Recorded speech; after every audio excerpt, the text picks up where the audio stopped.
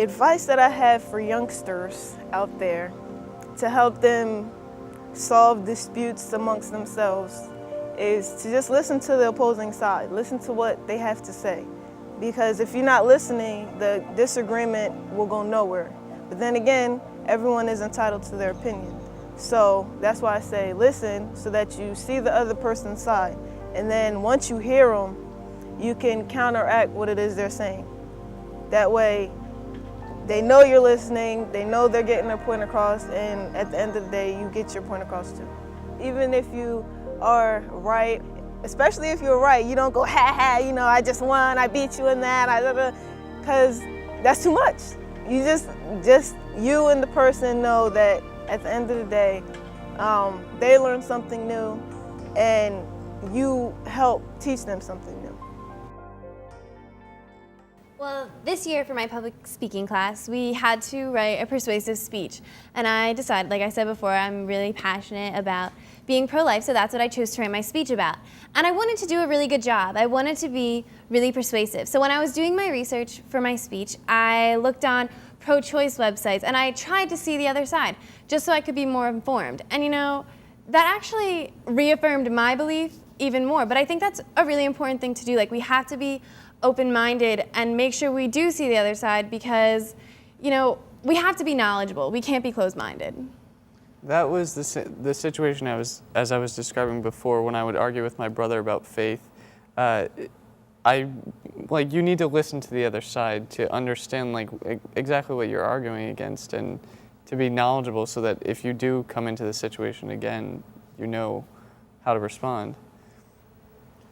I know I fight with my parents a lot, and my sister, as we talked before, often acts as the mediator to step in and to say, you know what, it's not worth it. And when my sister has to step in, it's usually at that point where it's either going to go really good or really informative or really bad and turn it into a very heated argument.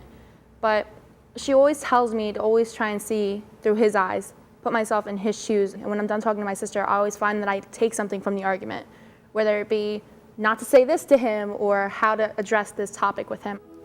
St. Paul tells us in his letter to the Ephesians, therefore, putting away falsehood, speaking the truth. Each one to his neighbor, for we are members one of another. Be angry, but do not sin. Do not let the sun set on your anger. St. Paul no doubt recognized that when we differ in our opinions, we can consequently become angry with one another. We need to step back after we have spoken our truth and allow the other person to digest what we have said and allow them the opportunity to speak their truth as well.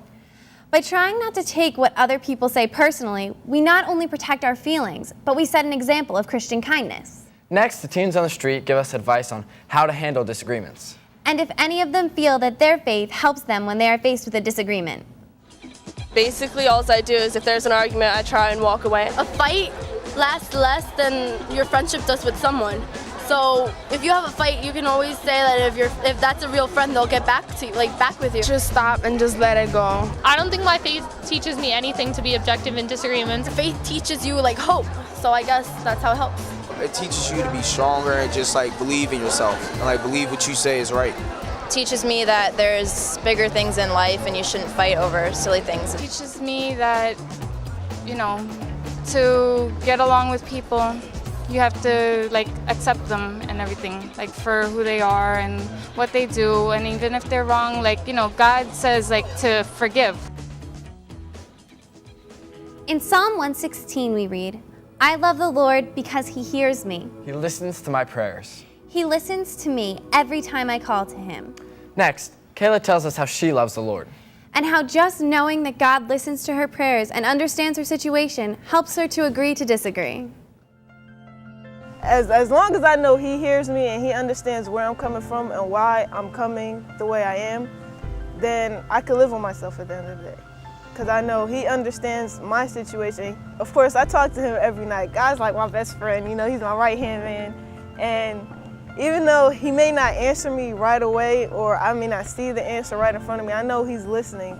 He has helped me agree to disagree through prayer because I can voice my opinion and get whatever off my chest. My faith helps me respect people even if they disagree with me because, like I said before, everyone's entitled to their opinion. And you have to be willing to forgive, even if the person hurts you. He has taught me in the long run to trust his plan, to be open to opposite people, to opposing people, to people who love to argue, to people who are hypocrites, to people who are judgmental, to a very long range of people who are just their own selves. He just taught me to be open to changes. Well, I know my faith, it really helps me, one of the biggest things, it helps me decide what is worth fighting over. Like, I ask God to help me guide my decisions, and it's also being brought up in my faith, it has taught me to respect people, and it's also taught me to be open-minded and accepting. Like you guys read from the scripture passage before in Ephesians, where St. Paul says to not let the sun set on your anger. Yeah. It's really important to remember, like, when you ignore it and just pretend it didn't happen, like, it starts broiling and it can develop into something bigger, and someone will have this anger, like, deep inside of them that is really a grudge against you.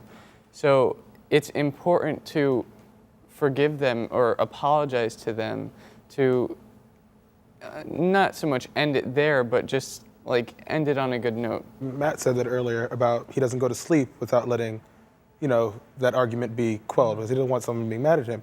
And I sort of agree with that. I will, if it's an argument over something petty or something serious, I know that letting the argument be put to rest will allow everybody to sleep better. And I know that arguing might not necessarily be a sin. It could be a positive thing. However, if it's over something petty and you know that you're wrong, or you know that you're not trying to be the best person you can be, then I think that it might be important to let it go and to even pray over it or reflect over it, so you can realize that being right isn't everything. I know when I read scripture, I always try and read it with an open mind, so I can be able to learn things and kind of like develop who I am. So I usually use that same idea when I enter into an argument. I always try and enter with an open mind and willing to learn something from it. When I'm dealing with an argument, the first thing I always do is I pray for patience. I'll be like, God, this is getting a little bit out of hand. Please give me the patience to help me get through this. And it'll take a little bit longer at times, and sometimes it'll come right away. But I just know that God's hearing my prayers and He's really there for me. And as long as I have that presence, I know that I can have the patience to deal with it. I know that when you disagree, you could always pray to God to help you get over and forgive the person when you disagree on stuff, so that you agree more and understand and have an open mind about what you see. Here are a few other things to keep in mind when trying to resolve conflicts. Try to be flexible and brainstorm some ideas together that don't cross either respected emotional boundaries. Give a little and do your best to extend the olive branch. If all else fails, as it sometimes will, exercise patience as the gospel calls us to do. Just as you are on your own life journey in faith, so is the person you are in the disagreement with. It may never be truly resolved, but you will walk away from the experience more mature in negotiating differences. And this is a skill that is not only expected in the workplace as we move into adult life, but is desperately needed in the world. It is also what Jesus would want us to do. So how do you resolve disagreements? We'd love to hear from you. Contact us through our website. The address is www.RealfaithTV.com. Or you can call us at 609-406-7402. And we'll leave you with this final thought from Colossians chapter 3, verse 15.